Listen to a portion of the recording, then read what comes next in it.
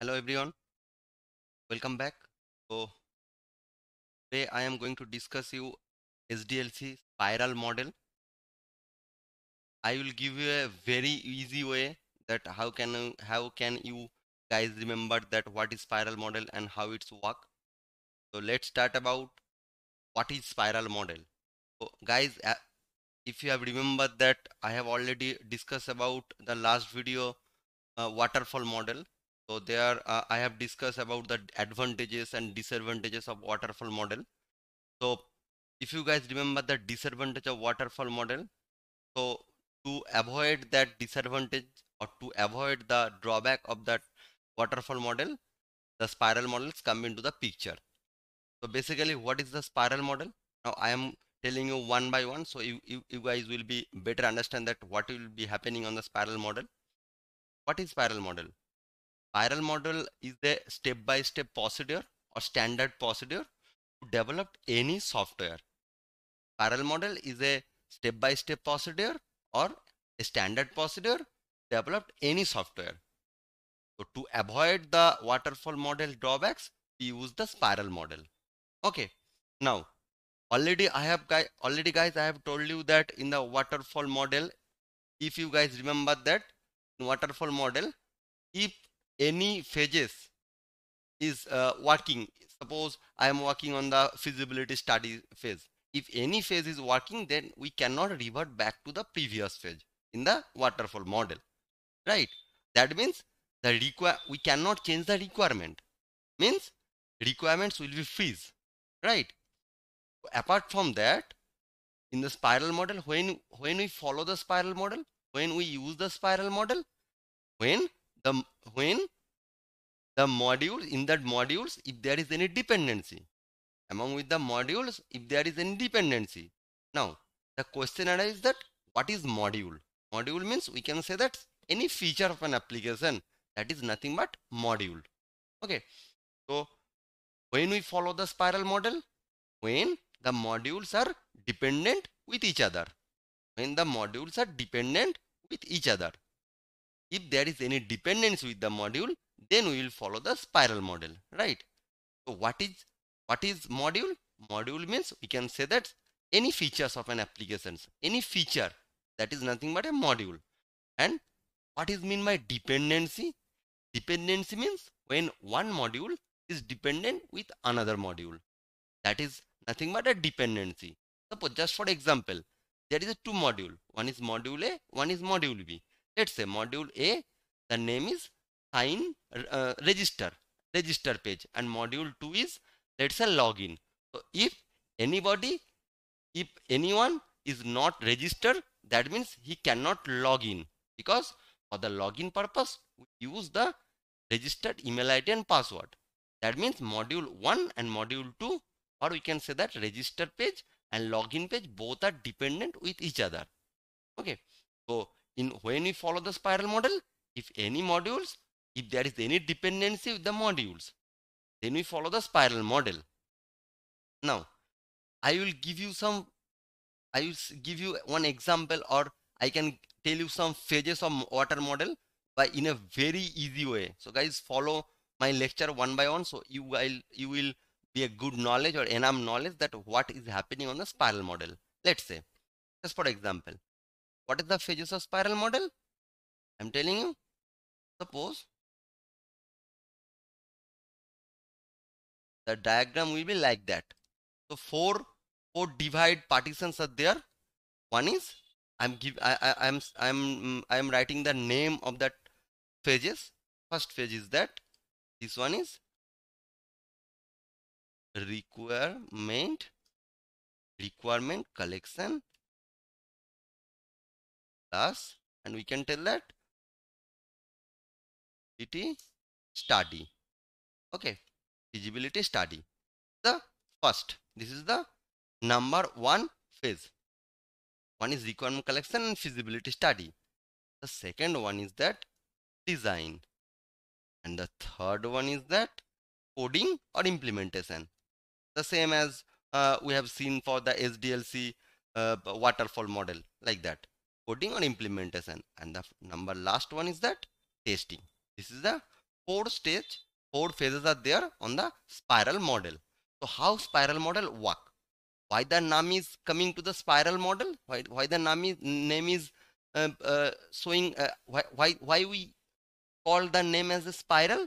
Because after getting all the steps one by one completing, then it's look like a spider net. So that's why the naming is looks like a spiral model. Okay, so just I'm just writing or giving some example of that. So now let's say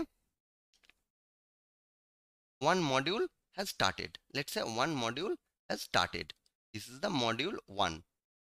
After getting the module 1, what will happen on module 1? First, requirement collection or feasibility study will be done. After completing the requirement collection and feasibility study, then the design part will be done. We'll designing. Our architects or design team will be will do the design. Then after design, then development team will go for the coding, and after coding, when the coding or developing is done, then they will assign that module the testing team. Now testing team will check the requirement or will check the module. If testing team gives the signing up, or after testing the module, if that is passed, that means that software will deploy the live, or we can release to that customer, or we can release that software to the customer. Let's say release to the customer, right? That means what is happening on that module, spiral module? First the module comes. Now after getting the module, the requirement collection or feasibility study will be done. When it will be done, then design part will be there. After designing, then coding part. After coding, it will be testing part. When the testing will be complete, if there is any, if the testing will be passed, then we can release that to the customer. So that is the first module. That is the first module. So this is done. Let's say this is done. Now the second module coming to the picture. Now the second module is there. Let's say this is the module 2. After taking the second module, the same cycle will be happening. Like first requirement collection and feasibility study will be done.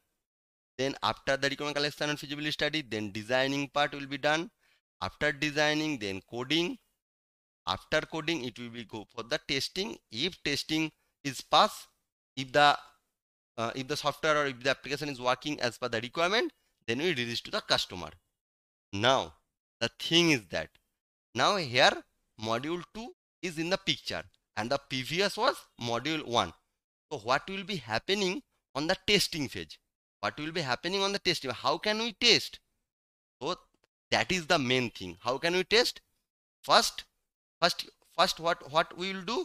First we have to test the module. First we have to test the module 2.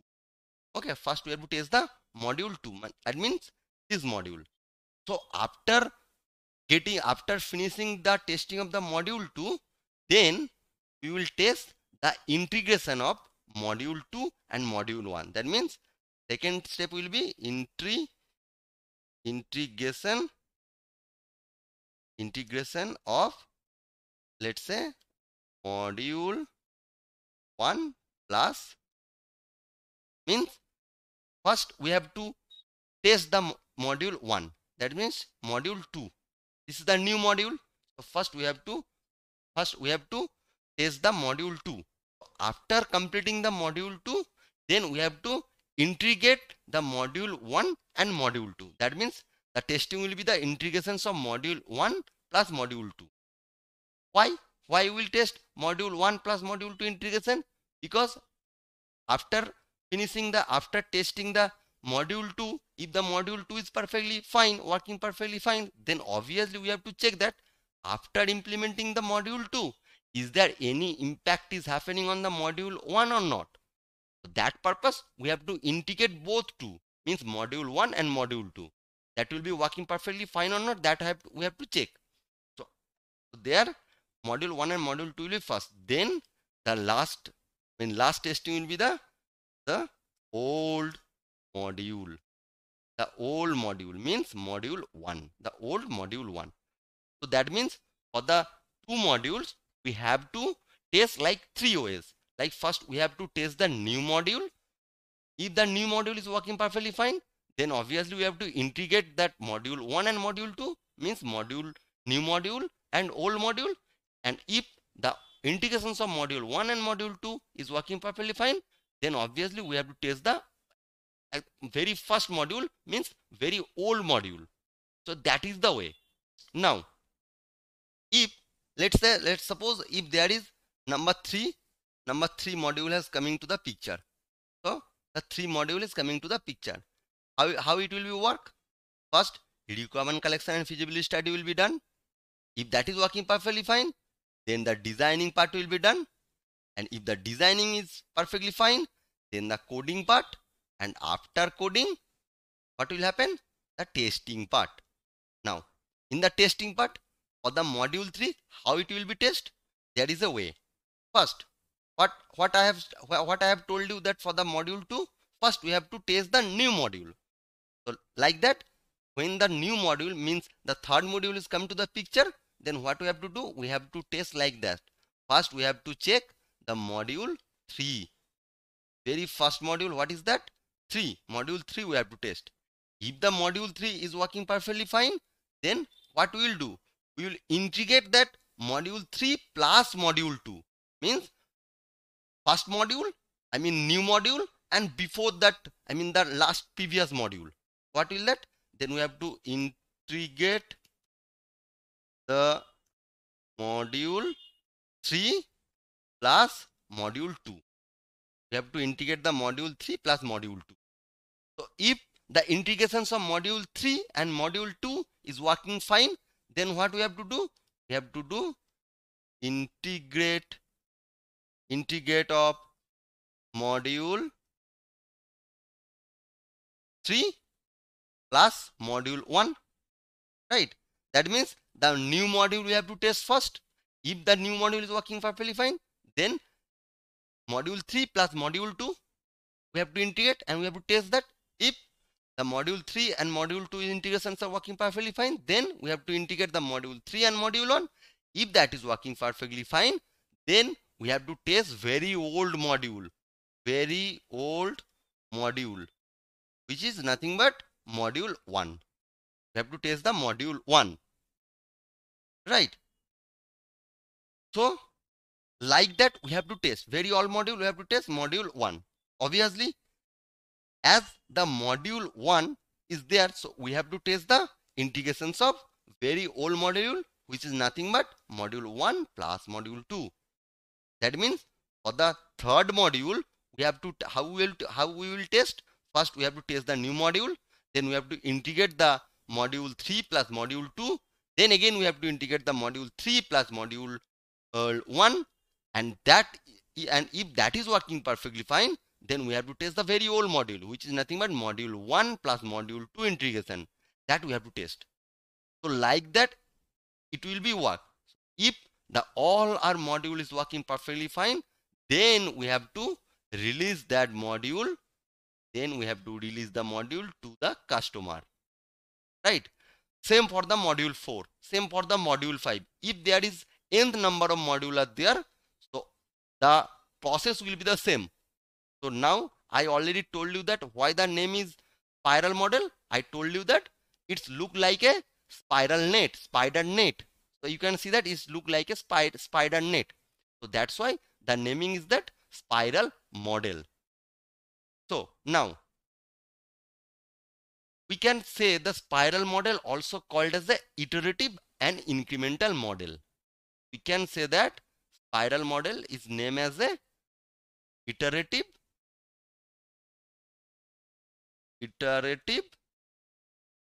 model. We can say the iterative model, and we can say that incremental model. So why the spiral model is called as the iterative and incremental model? Because Why the name is as a iterative model? Because we perform the same process in each cycle. We perform the same process in each cycle. We can say like that, perform we perform the same process in each cycle. In each cycle. We perform the same process in each cycle. So that's why it is calling as a iterative model. So as we can see that we perform the same process in each cycle. So the first requirement collection plus feasibility study to the testing part. So that is one cycle. So this is one cycle. This is the one cycle, right? Then this is for the module 2, this is the one cycle, and module 3, this is the one cycle. So why the name is, why we can say spiral model as the iterative model? Because we perform the same process in each cycle. So that's why the name is iterative model. And why we can say it is the incremental model? Because modules are keeps on increasing. We can see that modules are keep on increasing. So modules are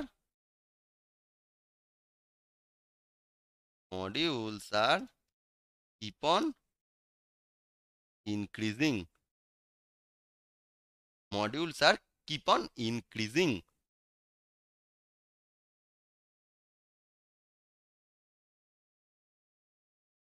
Now, so we can test up to nth number of module. There is no limitations of module. As per the client's requirement, if the client has the n number of module is there, so we have to test one module to nth number of modules. So that's why the name is the incremental model, because modules are keep on increasing. So that's why the naming is the incremental model. So we can say that we can spiral model is also called as a iterative models and incremental model. So now you guys have a clear idea, clear picture that what is happening on the spiral model and why the name comes to the picture as a spiral model. Okay. Now I will give you some advantages of spiral model. What is the advantages of spiral model? So here, in the spiral models, requirement changes are allowed after every cycle. Requirement changes are allowed. I can write this thing. Requirement changes are allowed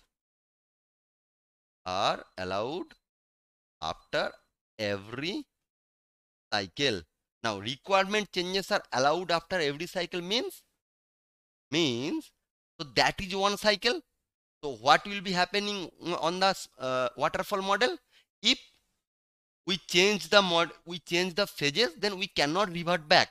So there is no changes of requirement done.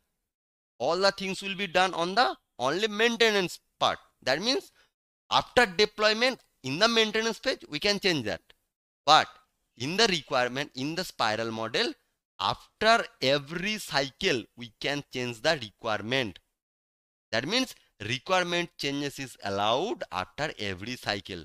So that is the most important advantage of the spiral model. Requirement changes are allowed after every cycle. And the second advantage, suppose we are working in a module, or we have worked in a module. Let's say that is completed. We have worked in a module and that is completed. Then we have released that module, or we have released the software to the customer. That means we can say after one module complete, then we can take the second module. So what will be happening in that? So that is module 1. Requirement collection and feasibility study is done. Designing part is done. Coding part is done. Testing part is done. After completing all the phase, if all are working perfectly fine, then we release to the customer. And after release to the customer, then we take the second module. That means after one module completion, then we can take the second module. So that is the also one of the advantage of the spiral model. So after completing one module, then we can take the second module for the new implementation. So this process is nothing but called a control model. So after completing one module, then we are taking the second module. So that's why we can say that is the control model also. Okay, so these are the advantage of the spiral model. So what is the first advantage? Here requirement changes are allowed after every cycle.